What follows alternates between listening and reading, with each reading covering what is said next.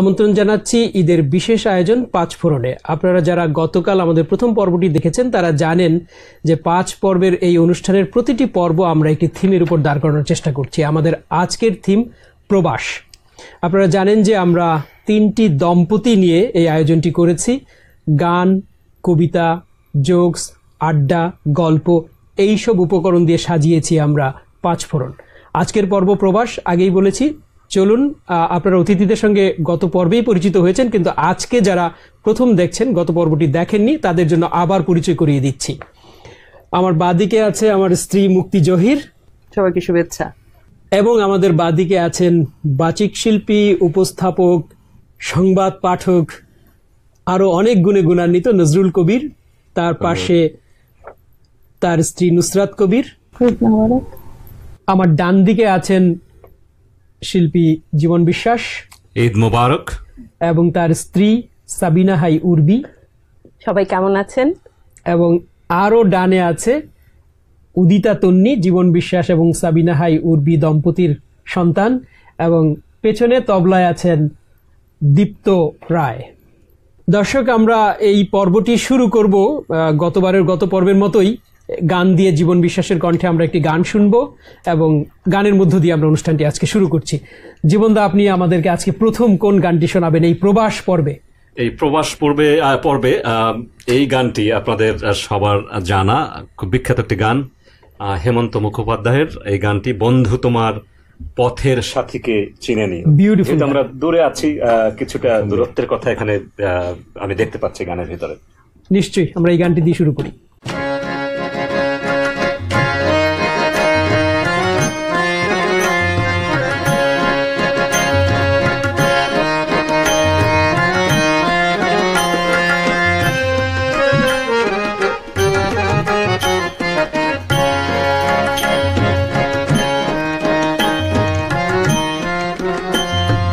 বন্ধু তোমার পথের সাথীকে চিনে নিও, মনের মাঝেতে চিরদিন তাকে ডেকে নিও।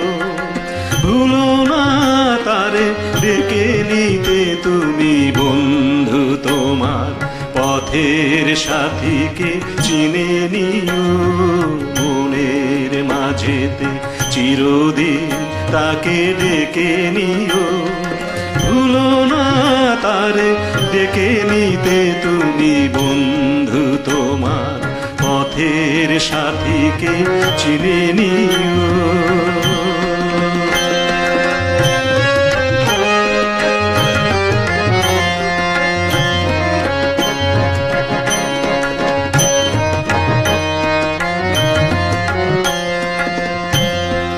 খুশির খেয়ালে পা তুলে যেও চিরদিন, হাসি আর গানে শোধ করে যেও যত ঋণ।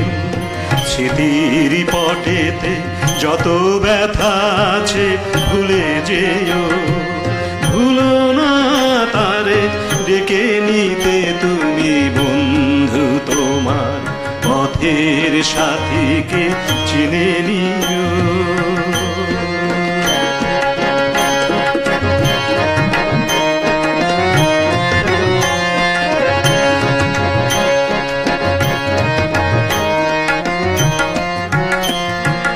সম্মুখে রয়েছে পথ, চলে যাও চলে যাও, পেছনে যা কিছু টানে ফেলে যাও ফেলে যাও।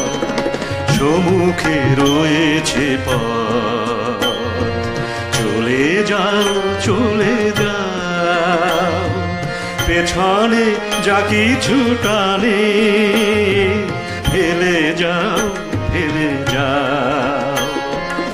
আলোর পরশে ভোর হয়ে যাবে এই রাত, কোনদিন ভুলে ছেড়ো না কো তুমি এই হাত। ভুল হারানো দিনে তাকে তুমি সাথে নিও, ভুলো না তারে ডেকে নিতে তুমি, বন্ধু তোমার পথের সাথীকে চিনে নিও, মনের মাঝেতে চিরদিন তাকে ডেকে নিও। ভুলো না তারে ডেকে নিতে তুমি বন্ধু তোমার পথের সাথীকে চিনে নিও। চমৎকার, অসাধারণ। এই প্রবাসে আমরা যখন থাকি এই পুরোনো দিনের সেই গানগুলো খুবই মনে পড়ে, বারবার মনে পড়ে। অবশ্যই পুরোনো গানগুলো আসলে আমাকেও খুব বেশি টানে। আর আজকে এই গানটি আমি বলবো খুব অ্যাপ্রোপ্রিয়েট। ধন্যবাদ আপনাকে আমাকে এখানে আমন্ত্রণ জানানোর জন্য। হেমন্তের এই গান গাইতে গেলে আমি মনে হয় ব্যক্তিগতভাবে অনেক পেছনে ফিরে যাই এবং আমি ভিতর খুব আবেগপ্রবণ হয়ে পড়ি। এটা আমার একটা বড় ধরনের সমস্যা। হেমন্ত মান্না দে এই গানগুলো আসলে আমরা বেশি করে ফিল করি যখন দেশের বাইরে থাকি। অবশ্যই। আপনাকে অনেক ধন্যবাদ। আমরা নজরুল ভাইয়ের কাছে আসি। নজরুল কবির, আপনার তো বহু গুণে গুণান্বিত একজন মানুষ। আপনি ছবি আঁকেন, আপনি ফিল্ম মেকিং করেন, আপনি ছবি তোলেন, আবৃত্তি করেন, বিটিভিতে একসময় সংবাদ পাঠ করতেন, একজন জনপ্রিয় সংবাদ পাঠক ছিলেন। আজকে আমরা আপনাকে আমন্ত্রণ জানিয়েছি একজন বাচিক শিল্পী হিসেবে। এখানে প্রবাসে আপনি বেশ জনপ্রিয় একজন বাচিক শিল্পী। আপনার কাছ থেকে আমরা এখন একটি কবিতা শুনবো। প্রবাস আজকে আমাদের থিম, এই থিমের উপর আপনি আমাদের কোন কবিতা শোনাবেন? ধন্যবাদ, আপনাকে অনেক কিছুই বলে ফেলেছেন। আসলে চেষ্টা করেছি সবকিছুই কিছু কিছু করতে, আসলে আলটিমেটলি হয়তো কিছুই করা হচ্ছে না। প্রবাসে এসে আমাদের সীমাবদ্ধতা অনেক, দেশে থাকতে অনেক কিছু করা হতো। তো এই জন্য সবাই জানেন এখানকার জীবনযাত্রা বেশ মেকানিক্যাল, সময় বের করা কঠিন। তার মধ্যে আপনারা যে ডেকেছেন, আয়োজন করেছেন, সেই জন্য আমরা করতে পারছি, সেজন্য আবারও কৃতজ্ঞতা প্রকাশ করছি। আর আজকে যেহেতু প্রবাস নিয়ে আমাদের বিষয় এবং থিম, সেজন্য প্রবাসেরই 3 কবির কবিতা নির্ধারণ করেছি, নির্বাচন করেছি। এবং প্রথম কবি শহীদ কাদরী, বাংলাদেশের একজন কিংবদন্তি তুল্য প্রধান কবি, যিনি গত শতাব্দীর 50-এর দশকের অত্যন্ত গুরুত্বপূর্ণ কবি শহীদ কাদরী। তিনি আমাদের নিউ ইয়র্কেই ছিলেন, আমেরিকায় দীর্ঘদিন বসবাস করছেন এবং ওনার সান্নিধ্যে আমরা যেতে পেরেছি। আমরা আজকে নিউ ইয়র্কে বসে অনুষ্ঠানটি করছি, খুবই অ্যাপ্রোপ্রিয়েট শহীদ কাদরী কবিতা, শহীদদের একটি কবিতা পড়া। তাকে তো স্মরণ করতেই হবে। আমি প্রথমে তার একটি বিখ্যাত কবিতা প্রবাসের পংক্তিমালা সেটি পড়ার চেষ্টা করছি। দেখো দেখো কি চমৎকার একটা চড়ুই, কি দারুণ কিচিরমিচির করছে আজ মার্কিনী ভাষায় এই মেঘ ভারানত দুপুর বেলায়। হে চড়ুই, আদলে গঠনে অবিকল তুমি দেখতে বাঙালি চড়ুইদের মতন। তোমার মুখে কি মানায় বন্ধু শ্বেতাঙ্গের এই বিবর্ণ বিদেশি ভাষা? বরং এদিকে এসো, তোমাকে শেখাই অ আ ক খ। হে চড়ুই, বলো বাংলা, বলো বাংলা, যার সব সোনা গচ্ছিত রেখেছি আমি নদীর জলের শব্দে, ছলছল বয়ে যাওয়া স্রোতে, ইলিশ ও রোহিতের চোখে, গীতবিতানের শ্লোকে শ্লোকে, আর বাতাসে তরঙ্গ তোলা চিরচেনা মহিলার কালো চুলে, চোখে ও চিবুকে। হে কাক, হে কালো কাক, হঠাৎ কোত্থেকে তুমি এলে এই বর্ণবাদী দেশে? তুমি জানো এ রাজ্যে অশ্বেতাঙ্গের মূল্য নেই কোনো। এখানে কি, এ বিদেশে কেন? যাও যদি পারো দাও উড়াল বাংলার দিকে, সেখানে মানাবে বেশ সিল্ক মসৃণ তোমার কালো ডানা। আফ্রিকাতে গেলেও আপত্তি নেই মোটে, সে তো এশিয়ার সহোদর, আমাদেরই ভাই।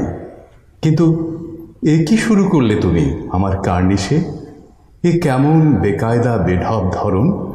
কেন এই চা চা চা, টুইস্ট, হুলা হুপ নাচ, কত্থক অথবা কথাকলি জানা নেই? তাহলে মার্কিনী নাগরিক তুমি। হে কাক, তুমিও, অথচ দেখতে শুনতে তুমি হুবহু বাঙালি কই অথবা মাগুর মাছের মতো কালো। হে মেঘ, হে পুঞ্জ পুঞ্জ মেঘ, তুমিও ঠকাবে নাকি হে নিরুদ্দেশগামী? কাউকে বিশ্বাস নেই আর এই বিরূপ বিদেশে, তবু বলি যদি পারো হে নন্দিত মেঘ, তুমি নেমে এসো ঘন নিবিড় হয়ে করুণা ধারায় নেমে এসো।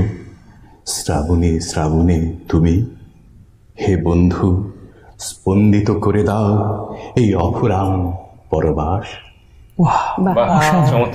অসাধারণ কবিতা, মানে এটা আমাদের সকলের প্রাণের কবিতা, যেন আমাদের সকলের কথাগুলো এই শহীদ কার্যে বলে দিয়েছেন এই কবিতার মধ্য দিয়ে। এবং আজকে এই থিমের সাথে এত মানে সামঞ্জস্যপূর্ণ। অসাধারণ। অনেক ধন্যবাদ নজরুল কবির আপনাকে। ধন্যবাদ আপনাকে। এলিন ভাবি, আমরা গত পর্বেই এটি এস্টাবলিশ করে ফেলেছি যে আমরা সকলেই কিছু না কিছু করব আমাদের দর্শকদের জন্য। তো এই পর্বে, আজকের এই পর্বে আপনি আমাদের কি উপহার দিচ্ছেন? আমি তো আগেই বলে নিয়েছি, আসলে আমি গান গাই না, কোনো শিল্পী না, কিন্তু অডিশন হয়ে গেছে গত পর্বে। হাতে খড়ি হয়েছে। সেটাই তো তবু চেষ্টা করতে হবে, কারণ এখানে শর্ত হচ্ছে কিছু না কিছু করতে হবে। আমার নজরুল ভাই খুব পুশ করছে। থ্যাংক ইউ আমার পক্ষ থেকে। শেষে তো বলতে হবে বা শুনতে হবে যে আপনার স্ত্রী কিছুই করে না। না, আসলে ও যা করে অন্য কাজ করে, যেটা আমি দেখতে পাচ্ছি আজকে যে শাড়িটা পরেছে ও নিজে ডিজাইন করা। আমি নিজে জানি। হ্যাঁ, আমরা প্রিয় দর্শক, আপনারা যে শাড়িটি দেখতে পাচ্ছেন এলিন ভাবি পরেছে, এই শাড়িটি তার নিজের ডিজাইন করা, এবং তিনি একজন খুব বড় মাপের ডিজাইনার বলেই আমরা জানি। আসলে বাংলাদেশে থাকতে এসব করা হতো, এখানে এসে তো অনেক সুযোগ কমে গেছে। আপনার ব্র্যান্ডের নাম কি ছিল? নুসরাত বুটিক। আচ্ছা, এখানে এসে সেটা করা হচ্ছে না? না, সেটা আর হচ্ছে না। সেটা তো জানা ছিল না আমাদের, আপনার এই আমরা জানতাম না। আমরাও জানতাম না আজকে উনি এই শাড়িটা পরেছে। তারপরে আমরা একটু অবসরে মানে ব্রেকে তখন আমরা কথা বলে নিয়েছেন। ভাবে অনেক অনেক কাজ করতেন বাংলাদেশে, উনি ইভেন এক্সিবিশনও করেছেন। সো প্লাস আমার একটা কি ছিল, আমার প্রতিটা পিসি ছিল ওয়ান ড্রেস ওয়ান ডিজাইন। এটাই আমার না, আমার প্রতিটা ইভেন্টেই, যেমন বৈশাখ, পূজা, হ্যাঁ, সবকিছুতেই ছিল। এখানে কত বছর? এখানে তো প্রায় 7 বছর। কিছু করা হয়নি না, আসার সময় কিছু নিয়ে আসছিলাম করে। তো এখানে কিছু মেলাতে আমি অ্যাটেন্ড করেছি, 3টা মেলাতে। তো তারপরে শেষ, ওইটুকুই, কন্টিনিউ হয় নাই। কিন্তু আমার আক্ষেপ সবসময়, কারণ এইটা একটা স্বপ্নের মতো ছিল আমার, একটা অন্যরকম। না, আমি সেটাই বলছিলাম যে উনি হয়তো এখন বাচ্চারা বড় হয়ে গিয়েছে, তো এরপরে উনি ফুল টাইম হয়তো বাংলাদেশে, এখানে আসলে আমাদের ওই ইয়েগুলো নাই, ফ্যাসিলিটিস গুলো নাই, ব্যাকআপ গুলো নাই, কারিগর লাগবে।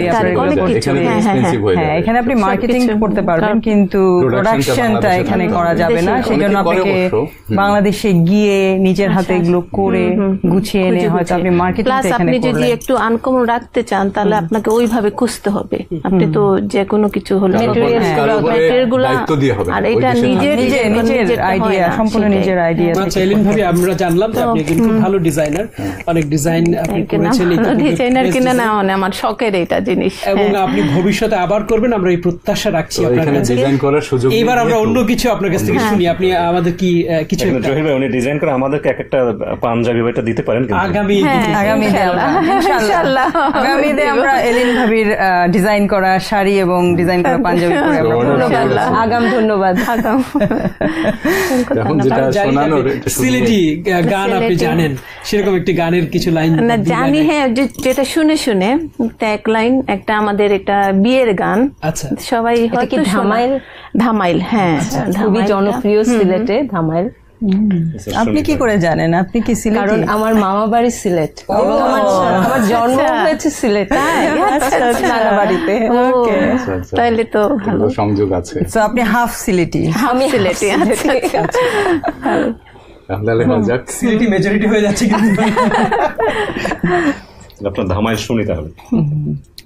আইলারে নয়া দাবান আসমানের তেরা, বিছানা বিছাইয়া দিও শাল দানের নেরা, দাবানবো দাবানবো।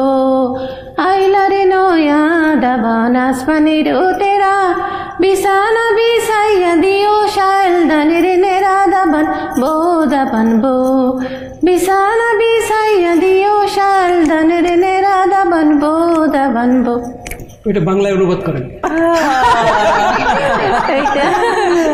এইটা বাংলা হলো দামান মিন্স বর, আর আইলালে মিন্স আসলো, আর বউ তো বসো, দামান আসলো, যেটা বসার দামান, হ্যাঁ যখন নতুন জামাইটা আর কি।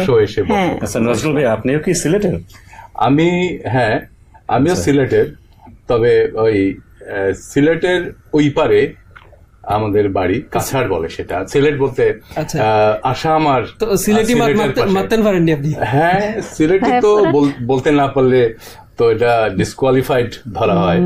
তো আমি অবশ্য আমার একটা ইতিহাস আছে, বাবার চাকরি সূত্রে বিভিন্ন জেলায় যেতে হয়েছে। আমার জন্ম কিন্তু সিলেটের বাইরে, নর্থ বেঙ্গলে, রংপুরে। তো এই মনে পড়ে গেল একটা ঘটনা, মজার ব্যাপার। আমি যখন সিলেটে গেলাম, প্রায় 6-এ পড়ি, তখন স্কুলে ভর্তি হয়েছি। তো ওই মুহূর্তে দেখলাম যে সব জায়গায় মানে সিলেটি ভাষারই প্রচলন। তো স্কুলে টিচারও বলছেন, ছাত্ররা উত্তর দিচ্ছে। আমি খুব অসুবিধায় পড়ে গেলাম যে আমি যখন বাংলা বলি নিজেকে মনে হয় অন্য গ্রহ থেকে এসেছি।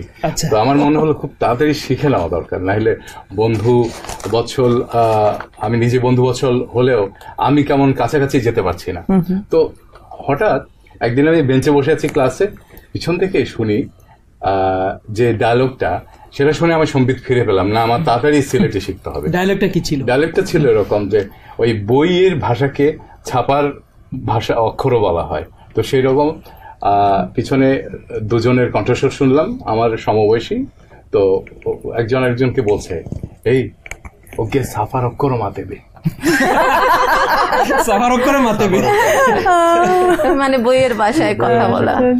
তখন আমি ভাবলাম যে না, আমি তো অন্য ধরনের মানে পাচ্ছি না, আমি সবার সাথে একজন হয়ে তারপরে আপনি সিলেটি শেখার জন্য চেষ্টা করছেন, আলাদা treatment.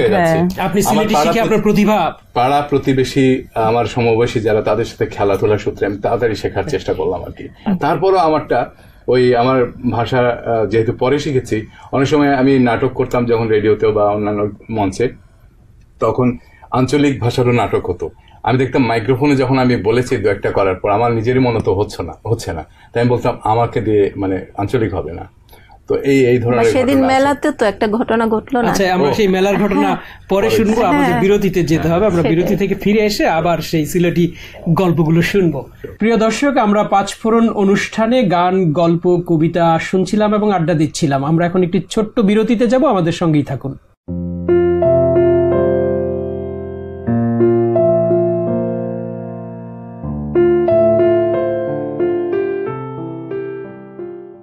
Law Office of Mahfuzur Rahman, 7521 Broadway, Elmhurst, New York 11373. Nearest subway, Jackson Heights. Telephone 347-856-1736. সেরা দেশের সেরা পণ্য মানেই সাউথ এশিয়ান ফুডের পণ্য। সাউথ এশিয়ান ফুড, বিশ্বের সেরা হিমায়িত ফুড প্রসেসকারী প্রতিষ্ঠান। অমিত ফ্যাব্রিক্স, জ্যাকসন হাইটসের 37th অ্যাভিনিউতে 75th ও 76th স্ট্রিটের মাঝে অবস্থিত বাংলাদেশি মালিকানাধীন অমিত ফ্যাব্রিক্সে আসুন। 75-04 37th avenue, Jackson Heights, new York. সর্বনিম্ন 8,95,000 টাকায় আপনি হতে পারেন ম্যারিনা বিচ ভিলার গর্বিত মালিক। ম্যারিনা বিচ ভিলা, স্বপ্নের বসত।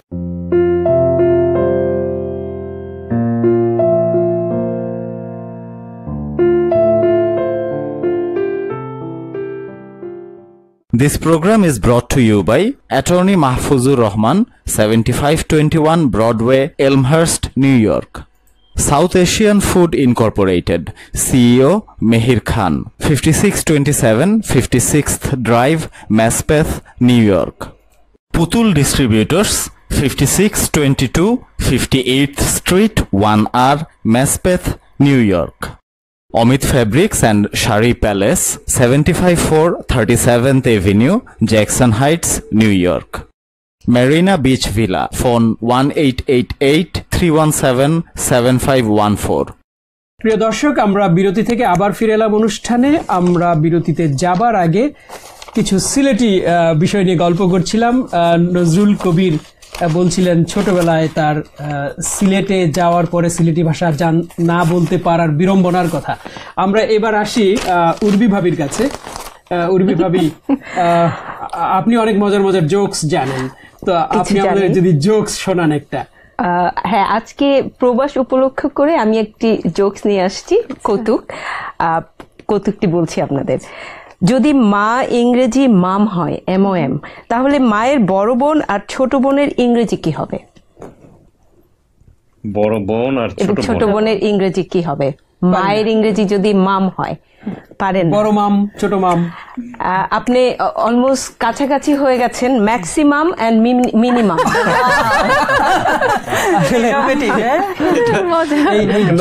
এই জোকসটি শুনে আমার একটা জোকস মনে পড়ে গেল। উর্বি ভাবি খুবই প্রতিভাময়ী। আপনি কিন্তু আপনার জোকস আমাকে নিয়েন না, কিন্তু উর্বিতে আমাকে আগের মতো আমাকে টেনেছেন। উর্বি ভাবি অসম্ভব প্রতিভাময়ী একজন, সেজন্য প্রতিভার জোকস মনে পড়ে গেল। আমার এক বন্ধু একদিন আমাকে বলছে এসে, দোস্ত মনটা খুব খারাপ। কেন, কি হয়েছে? পৃথিবী প্রতিভা শূন্য হয়ে যাচ্ছে। কেন, কি হলো? আইনস্টাইন মরে গেল, রবীন্দ্রনাথ মরে গেল, আমার শরীরটাও ভালো যাচ্ছে না। আপনি ওদের কাতারে আপনাকে নিয়ে যাচ্ছেন। আমি না, আমার বন্ধু আইনস্টাইনও নাই, রবীন্দ্রনাথ, আমারও শরীরটা ভালো নাই, মেধাশূন্য হয়ে যাচ্ছে, পৃথিবী মেধাশূন্য হয়ে যাচ্ছে। আমরা এবার মেধাবী শিল্পীর কাছে যাই। জীবনদা, আমাদেরকে এবার আপনি কোন গানটি শোনাবেন? আচ্ছা, আমি খুব কম লালনের গান করি। একটি গান যেটি আপনাদের সবার পরিচিত, মিলনের গান, বিরহের গানও বলতে পারেন, আমি এই গানটি শোনাই। আচ্ছা, মিলন হবে কতদিনে। আচ্ছা।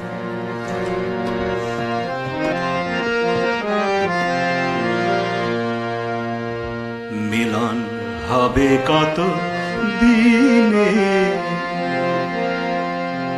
মিলন হবে কত দিনে, আমার মনের মানুষের শানে, আমার মনের মানুষের শানে। মিলন হবে কত দিনে, মিলন হবে কত দিনে, আমার মনের মানুষের শানে, আমার মনের মানুষের শানে।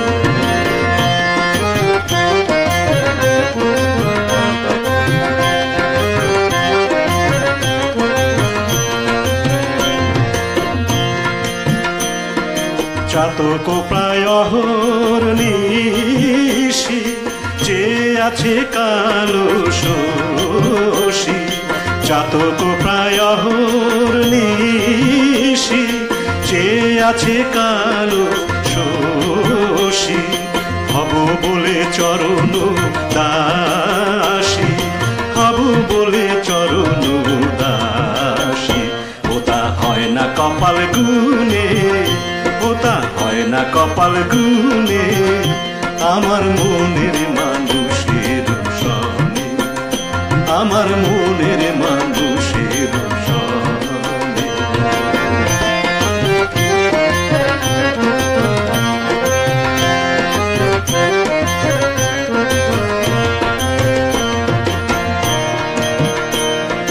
মেঘের বিদ্যুৎ মেঘে যেমন লুকালে না পায় অন্বেষণ, মেঘের বিদ্যুৎ মেঘে যেমন লুকালে না পায় অন্বেষণ, কালারে হারায় তেমন, কালারে হারায় তেমন, ওই রূপ এড়িয়ে দর্পণে, ওই রূপ এড়িয়ে দর্পণে, আমার মনের মানুষের শানে, আমার মনের মানুষের শানে।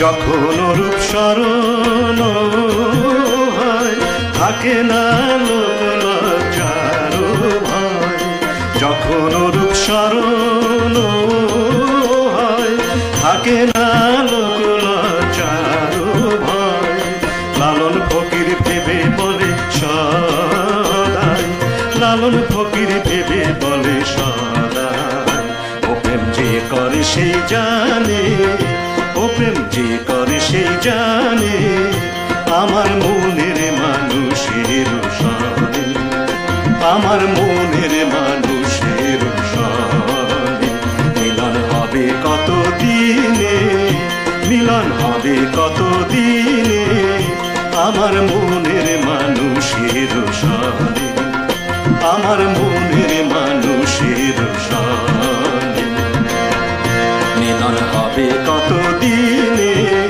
মিলন হবে কত দিনে আমার মনের মানুষের সনে আমার মনের মানুষের সনে।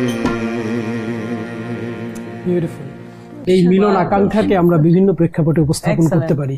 খোদার সঙ্গে মিলন, দেশের সঙ্গে মিলন, প্রিয়তমার সঙ্গে মিলন, আমরা বিভিন্ন প্রেক্ষাপটে এটাকে এই গানটি আসলে সব ক্ষেত্রে প্রযোজ্য। আসলে একটি সার্বজনীন গান, চমৎকার একটি গান। এবং এই গানের সঙ্গে তবলা এবং মন্দিরা যে চমৎকার কম্বিনেশনটি হয়েছে, যে কারণে গানটি অনেক ভালো লেগেছে। মন্দিরায় আমাদের উদিতা চমৎকার মন্দিরা বাজাচ্ছে এবং তবলায় দীপ্ত রায়। দীপ্ত খুব চমৎকার তবলা বাজাচ্ছে। দীপ্ত এবং উদিতা, তোমাদেরকে অনেক ধন্যবাদ। ট্রেডিশনাল ড্রেসে খুব সুন্দর লাগছে।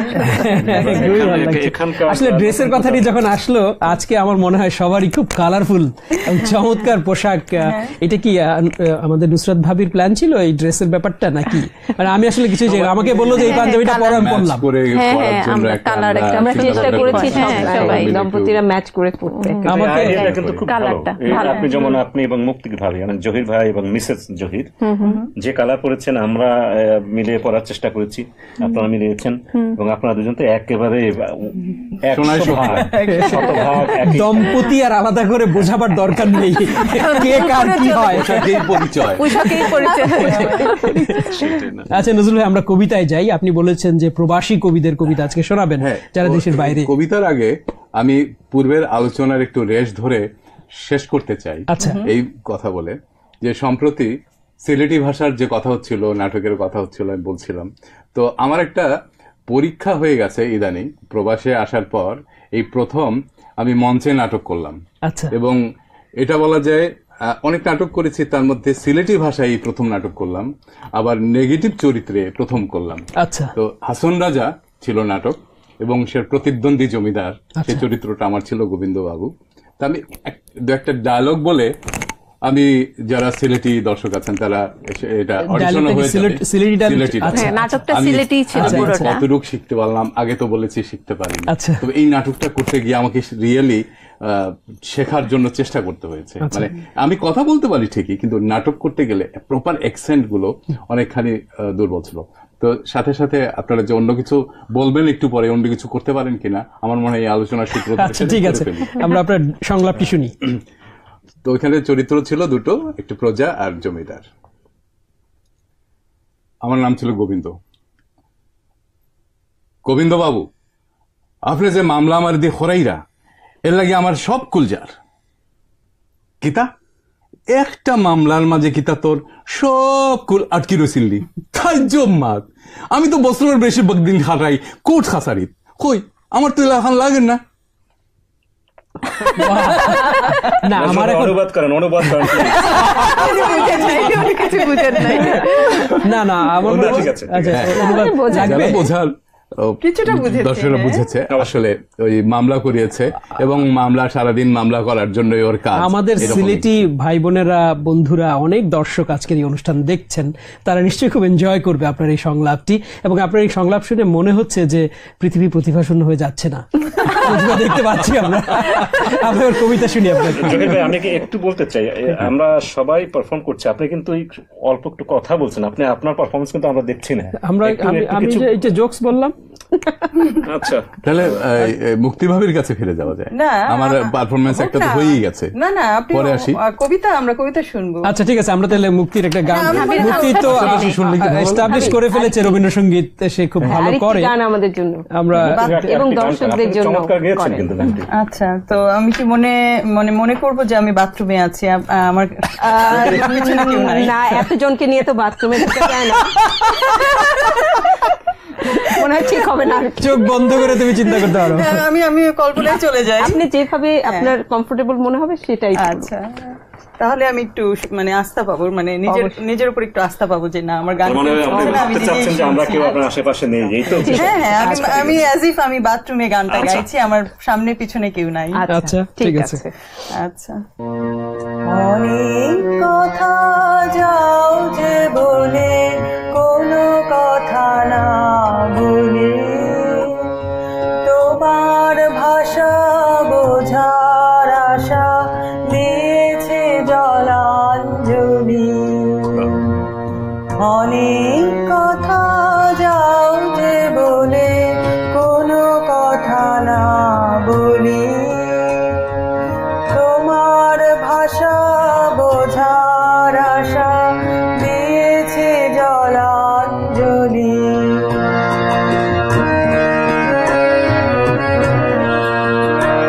যে আছে মম গভীর প্রাণে, ভেদিবে তারে হাসির বাণী, চোখেতে চাহো মুখের পানে, তুমি যে কৌতূহলী, তোমারে তার হারাতে চাই, ফিরিয়া যায় চলি। অনেক কথা যাও যে বলে কোনো কথা না বলি, তোমার ভাষা বোঝার আশা দিয়েছে জলাঞ্জলি। বাহ, এইটা তার জীবনের প্রথম কোন ফর্মাল পারফরমেন্স। আমরা তার সাক্ষী হয়ে থাকলাম আজকে এবং গতকাল যেটা করলো সরাসরি টেলিভিশনে, সাংঘাতিক ব্যাপার না? অবশ্যই। এর আগে আর কোথাও তো এইবার কি আমরা নজরুল ভাই আপনার কবিতাটি শুনি? অনেক ধন্যবাদ সবাইকে আমার গান শোনার জন্য। খুব সুন্দর হয়েছে ভাবি, খুবই সুন্দর। আমরা এই কবিতাটি শুনে বিরতিতে যাব। আপনি কোন কবিতা করছেন এবার? এই কবিতাটি বাড়ি আছো, তার লেখক কবি হচ্ছে আমাদের আজকের উপস্থাপক কাজী জহিরুল ইসলাম। এটি আমার একটি প্রিয় কবিতা। এটা তো আমাকে বলেন না আগে। এটি একটি তার লেখাগুলোর মধ্যে এটি সারপ্রাইজ হলো। ঠিক আছে, প্রবাস টিমের সঙ্গে এটা জানাইনি, চেষ্টা করছি।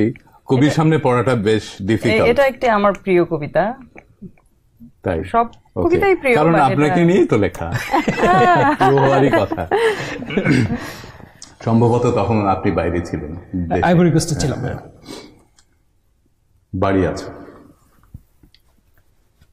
এই বাড়ি আছো, ফোন বাজছে, ধরছো না যে, ব্যস্ত নাকি নানান কাজে, সেলফে রাখা পুরনো সব গ্রন্থগুলো নেড়ে চেড়ে ঝাড়ছো বুঝি স্মৃতির ধুলো, নাকি তুমি ক্যালেন্ডারের পাতার উপর হুমড়ি খেয়ে সময় বাছো। এই বাড়ি আছো, ধুত্তরি ছাই, কখন থেকে ফোন বাজছে, এই যে দেখো সুইস ঘড়িটার মন নাচছে, তারা খসছে আকাশ থেকে, মেঘের নিচে চাঁদকে রেখে রাতের নদী সাঁতরে পেরোয় দুরন্ত এক বৃদ্ধ গ্রহ। অপেক্ষাতে একলা থাকার কি দুঃসহ কষ্ট নিয়ে প্রতিটা দিন তুমিও বাঁচো। এই বাড়ি আছো, আর কটা দিন, এই তো মোটে তোমার ঠোঁটে উষ্ণ চুমু খাওয়ার লোভে প্লেন ধরছি, এটা ওটা শপিং করছি, মেলাকাইটের সবুজ চুড়ি, কাল কিনেছি কড়ির মালা, আরো কিছু পাথর নড়ি, কি দারুণ এক টব কিনেছি, লাল বেগুনি ফুলের গাছও। এই বাড়ি আছো, তোমার দেয়া ফর্দটাকে বাম পকেটে বুকের ওপর খুব যত্নে বোতাম এঁটে কাল রেখেছি, নিজের দেহের অঙ্গ ভেবে ওকে আমি সঙ্গে নিয়ে ঘুমোতে গেছি। জল জলে সব তারার মতো বর্ণগুলো সমস্ত রাত আমার সাথে গল্প ছলে কিনির ভয়ে সাথেই শুলো। তাকিয়ে দেখি জানলা দিয়ে দুষ্ট কিছু লাল করবে ঘাড় উঁচিয়ে দেখছে আমার না ঘুমানো রাতের খেলা। মাথার ভিতর চলছে তখন জোনাকিদের নগ্ন মেলা, দুশ্চিন্তার সাম্বা নাচো। এই বাড়ি আছো? তুমিও কি মধ্যরাতে দাঁড়িয়ে একা? আকাশ দেখো প্রান্তরেখা, এরোপ্লেনের ডানায় চড়ে স্বপ্নগুলো উড়াল দিল। আমাদের তো ভালোই ছিল, অগ্নি জল আর আমরা দুজন, পড়শি কিছু বন্ধু সুজন। এতটুকুন ফ্ল্যাটের ভেতর কাটছিল দিন সাদা কালো। হঠাৎ রঙিন স্রোতের হাওয়া, দমকা বাতাস, কারার মতো দুঃসহ এই একলা প্রবাস। জীবনটাকে টানছি কেবল, জীবন তো নেই, একলা তো না, তবু আমার সান্ত্বনা এই সঙ্গী আমার কাজ ঘেরা ওই বাক্সটাতে বন্দি দুটো রঙিন মাছও। এই বাড়ি আছো? ফোন বাজছে, ধরছো না যে? বাদ দাও তো আজে বাজে চিন্তাগুলো, মন দিয়ে শোনো, পরে না হয় আঙুল গুনো। ক্যালেন্ডারের দাগ কেটে দাও, ওদের জানাও আসছি আমি ডিসেম্বরের 20 তারিখে। দিনটা না হয় রাখো লিখে তোমার খাতার ওখানটাতে। বুঝেছ তো? গভীর রাতে ঘড়ির সাথে পাল্লা দিয়ে যেখানে এক হৃদয় নাচে তীরতিরিয়ে। এই যে দেখো টুপ করে এক জলের ফোঁটা পড়ল ঝরে। আকাশে তো মেঘ করেনি, কোত্থেকে এই বৃষ্টি পড়ে? তাহলে কি ভাঙল তোমার চোখের কাঁচো? এই বাড়ি আছো? বাহ, চমৎকার চমৎকার। আমি এই কবিতার সম্পর্কে একটু আমি জিজ্ঞেস করবো আমাদের জহির ভাইকে। আচ্ছা, আমরা এই প্রসঙ্গটা পরে আসি বিরতি থেকে, কারণ আমাদের সময় হয়ে গেছে বিরতিতে যাবার। প্রিয় দর্শক, আমরা 5 ফোড়ন অনুষ্ঠানে কবিতা শুনছিলাম, গান শুনছিলাম এবং আড্ডা দিচ্ছিলাম। আমরা এখন একটি বিরতিতে যাব, আমাদের সঙ্গেই থাকুন।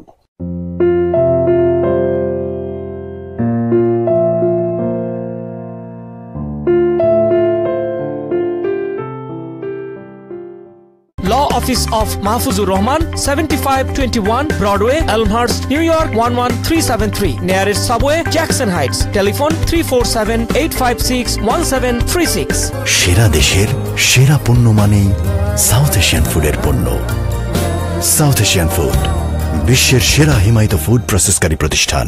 অমিত ফ্যাব্রিক্স, জ্যাকসন হাইটসের 37th অ্যাভিনিউতে 75th ও 76th স্ট্রিটের মাঝে অবস্থিত বাংলাদেশি মালিকানাধীন অমিত ফ্যাব্রিক্সে আসুন। 75-04 37th avenue, Jackson Heights, new York.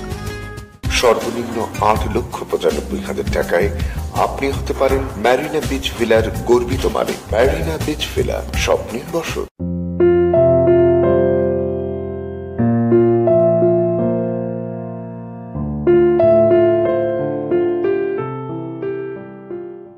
This program is brought to you by Attorney Mahfuzur Rahman, 7521 Broadway, Elmhurst, New York.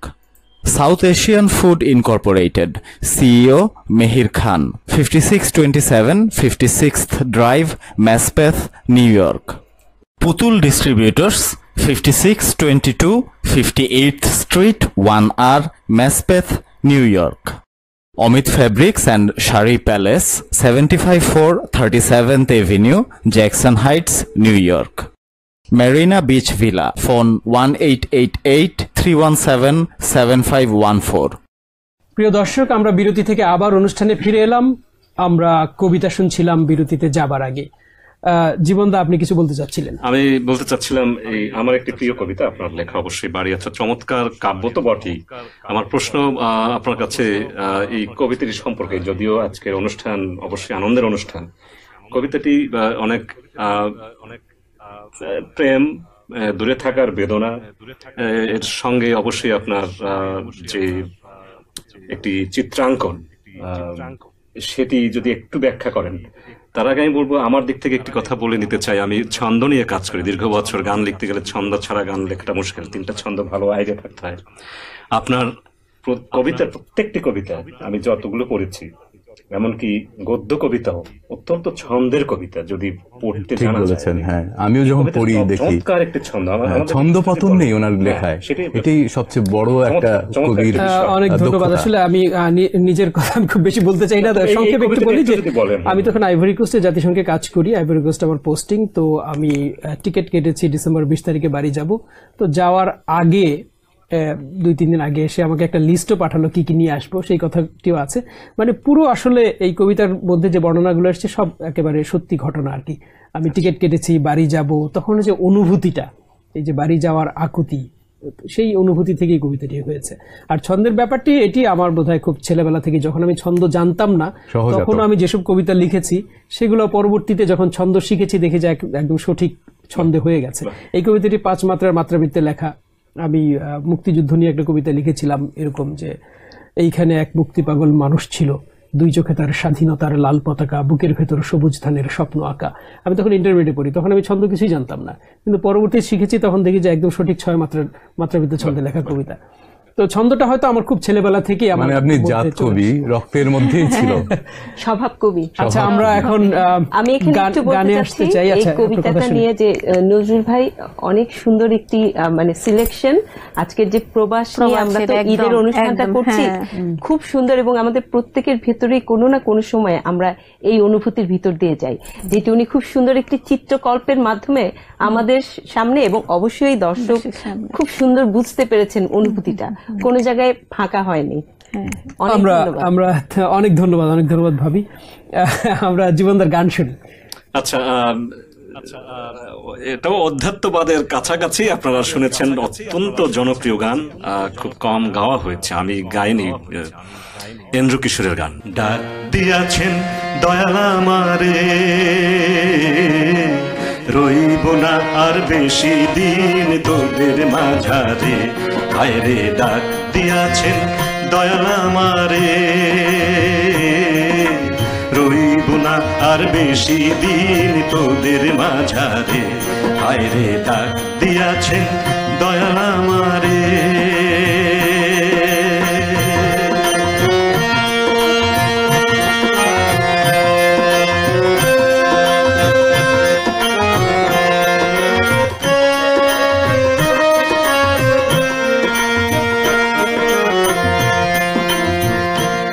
আমি চলতে পথে 2 দিন থামিলাম, ভালোবাসার মালা খানি গলে পরিলাম, আমি গলে পরিলাম। আমি চলতে পথে 2 দিন থামিলাম, ভালোবাসার মালা খানি গলে পরিলাম, আমি গলে পরিলাম। আমার সাধের মালা,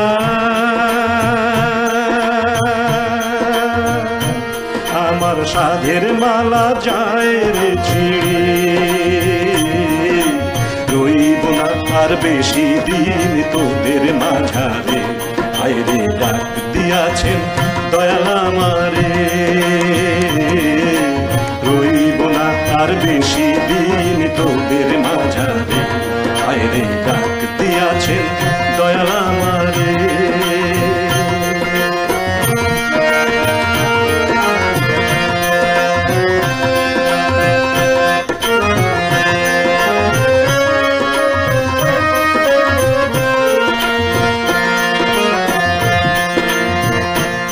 আমি কত জনে কত কি দিলাম, যাইবার কালে এক যৌনারও দেখা না পাইলাম, আমি দেখা না পাইলাম। আমি কত জনে কত কি দিলাম, যাইবার কালে এক যৌনারও দেখা না পাইলাম, আমি দেখা না পাইলাম। আমার সঙ্গের সাথী,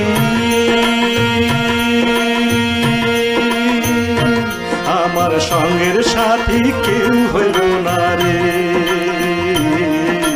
রইব না আর বেশি দিন তোদের মাঝারে, হায় রে ডাক দিয়াছেন দয়াল আমারে, রইব না আর বেশি দিন তোদের মাঝারে, হায় রে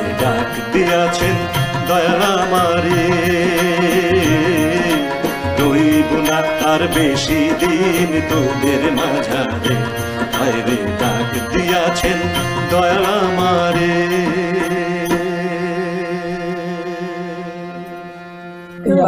এই আধ্যাত্মিক গানটি আমাদের মনে করিয়ে দেয় এই পৃথিবী কালও একটি প্রবাস।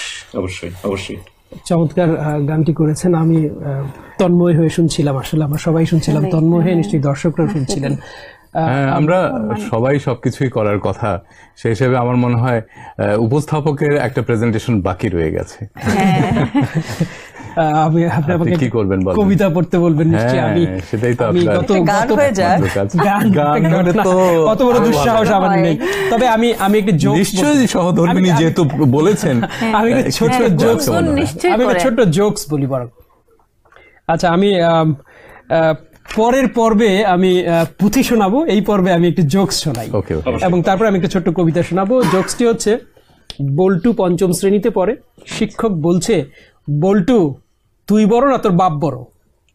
বল্টু বলছে, স্যার আমি বড়। কিভাবে? স্যার আমি এখন আর মায়ের সঙ্গে ঘুমাই না, বাবা এখনো মায়ের সঙ্গে ঘুমায়।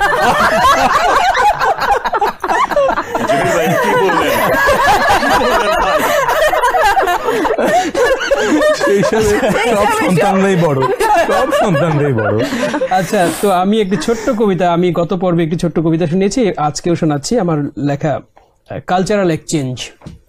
আমি ছোট ছোট কবিতা এখন লিখি। তোমার চুল লাল, আমারটা কালো, প্রকৃতির এ বৈষম্যে কেউ কি তাকালো? গলছে কালো লাল উত্তাপে, সভ্যতার স্রোতধারা চলছে বয়ে সম্পর্কের পাপে। চোখ বুঝলেই তোমার ছোঁয়া, উইদিন মাই রেঞ্জ, অন্ধকারে তোমার আমার কালচারাল এক্সচেঞ্জ। প্রবাসে থেকে বাংলা ইংলিশে একদম পিওরলি প্রবাসের কবিতা। নামের কিন্তু প্রথম অংশটা কিন্তু আমাদের মনে করতে হবে কাজী, কিন্তু কাজী সাহেব আমাদের দেখেন সেই তুরস্ক থেকে শুরু করে ইরান থেকে শুরু করে সমস্ত ভাষা নিয়ে কিন্তু গান লিখেছেন, কত কি করেছেন উনি। ইংরেজি এবং বাংলা মিশে চমৎকার একটি কবিতা করেছেন। ধন্যবাদ। আপনি কি এই অনুষ্ঠান উপলক্ষে এটা লিখেছেন? না, এটা আসলে একটু আগে, আমি এটা 21শে মার্চ, এই বছর 21শে মার্চে লিখেছি। বেশ কিছুদিন আগের, 2 মাস আগের লেখা কবিতা। তো আমরা অনুষ্ঠানের শেষের দিকেই চলে এসেছি। আপনি 3 প্রবাসী কবির কবিতা শোনাবেন প্রথমে ঘোষণা দিয়েছিলেন, আমরা 2টি শুনেছি, আরো একটি কবিতা আজকে শুনতে চাই আপনার কাছ থেকে। কোনটি এবার শোনাবেন? চেষ্টা করব। এবারে আরেকজন কবি হচ্ছেন অমিয় চক্রবর্তী। আচ্ছা, আপনি যখন অমিয় চক্রবর্তীর কবিতা পড়বেন, এর আগে আমার কবিতা এবং শহীদ কাজীর কবিতা পড়েছেন, তাহলে যে মিলটি আমি দেখছি, এই 3 জন মানুষই কিন্তু নিউ ইয়র্কে ছিলেন এবং আছেন। অমিয় চক্রবর্তী নিউ ইয়র্কে ছিলেন, শহীদ কাজী নিউ ইয়র্কে ছিলেন, তারা দুজন পৃথিবী থেকে চলে গেছেন। আর আমার শরীরটা ভালো যাচ্ছে না।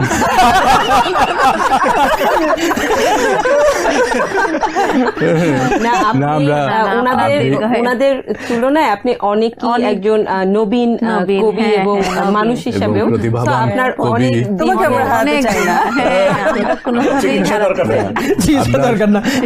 শতায়ু কামনা করি। আমরা অমিয় চক্রবর্তীর কবিতা শুনি। কোন তার কবিতার নাম হচ্ছে বৃষ্টি। আচ্ছা, বৃষ্টি। কেঁদেও পাবে না তাকে বর্ষার অজস্র জলধারে, ফাল্গুন বিকেলে বৃষ্টি নামে শহরের পথে দ্রুত অন্ধকার, ধুলোয় পাথরে জল, হাওয়া তমস্বিনী, আকাশে বিদ্যুৎ জ্বলা বর্ষা হানে ইন্দ্রমেঘ, কালো দিন গলির রাস্তায়। কেঁদেও পাবে না তাকে অজস্র বর্ষার জলধারে, নিবিষ্ট ক্রান্তির স্বর ঝড় ঝড় বুকে অবারিত, চকিত গলির প্রান্তে লাল আভা দুরন্ত সিঁদুরে পরায় মুহূর্ত টিপ, নিভে যায় চোখে কম্পিত নগর শীর্ষে বাড়ির জটিল রেখা, বিরাম স্তম্ভিত লগ্ন ভেঙে আবার ঘরায় চল,